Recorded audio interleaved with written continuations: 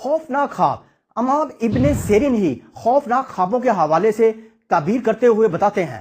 ایسے خوفناک خواب شیطان کی طرف سے ہوتے ہیں جس کا بنیادی مقصد یہ ہوتا ہے کہ وہ انسانوں میں خوف پیدا کر کے انہیں گمراہ کر سکے،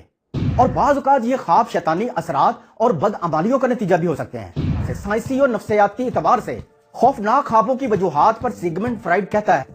کہ ایسے خواب ذہنی صدمے یا ماضی کے خوفناک تجربات کی وجہ سے بھی ہو سکتے ہیں۔ صحیح بخاری حدیث نمبر 3292 کے مطابق اگر کوئی شخص خواب میں ناپسندیدہ چیز دیکھے تو جب بھی وہ خواب سے بیدار ہو وہ اپنے بائیں جانب 3 دفعہ تھوک دے اور اس کے بعد اس خواب کا کبھی کسی سے ذکر نہ کرے اور اللہ تعالیٰ سے دعا مانگے شیطان مردود کے خلاف، تو ایسی صورت میں اکارڈنگ ٹو اسلام ایسا خواب انسان کو کوئی نقصان نہیں پہنچا سکتا۔ یہ پیغام شوکت علی میموریل سوسائٹی کوٹرا دا کشن کی جانب سے آپ تک پہنچایا گیا ہے، اس دعا کے ساتھ کہ اللہ تعالیٰ آپ کو اس پر عمل پیرا ہونے کی توفیق عطا فرمائے۔